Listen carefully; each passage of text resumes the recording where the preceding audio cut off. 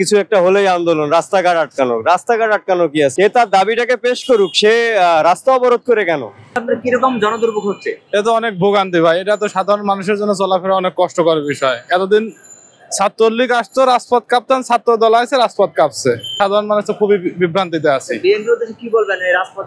আমাদের কোনো দল নাই, আমরা সাধারণ মানুষ, আমরা চাই শান্তি শৃঙ্খলা। আমি চাই এরা আন্দোলন করুক, এদের জায়গায় বসে করুক, কিন্তু রাস্তায় আন্দোলন করা এটা আসলে উচিত না, মানুষের এরকম ভোগান্তিতে ফেলা উচিত না। আন্দোলন হচ্ছে, রাস্তা বন্ধ করে আপনি কিরকম জনদুর্ভোগ হচ্ছে? আমার কি খারাপই লাগে, অনেক ভোগান্তি, মানুষজন কষ্ট করতেছে না, জনগণের সমস্যা হইতে আছে।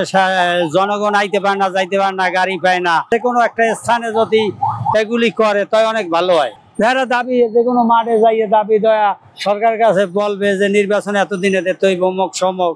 যানজট কোনো দিকে যাইতে পারতেছি না, তারপর এমার্জেন্সি যারা যাচ্ছে হাসপাতালে তারাও যাইতে পারতেছে না।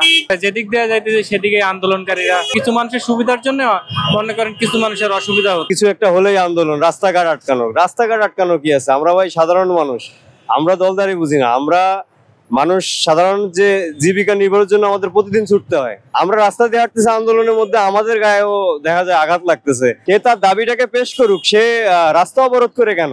তাদের রাস্তা আটকিয়ে মানুষের এইভাবে সাধারণ মানুষের দুর্ভোগ দিয়ে তো কোনো আসলে ভালো কাজ না। রেমিটেন্স যোদ্ধাদের ঢাকায় বিশেষ ছাড়ে রেডি ফ্ল্যাট দিচ্ছে শতভাগ বিশ্বস্ত ও নির্ভরযোগ্য প্রতিষ্ঠান প্রবাসীর সিটি।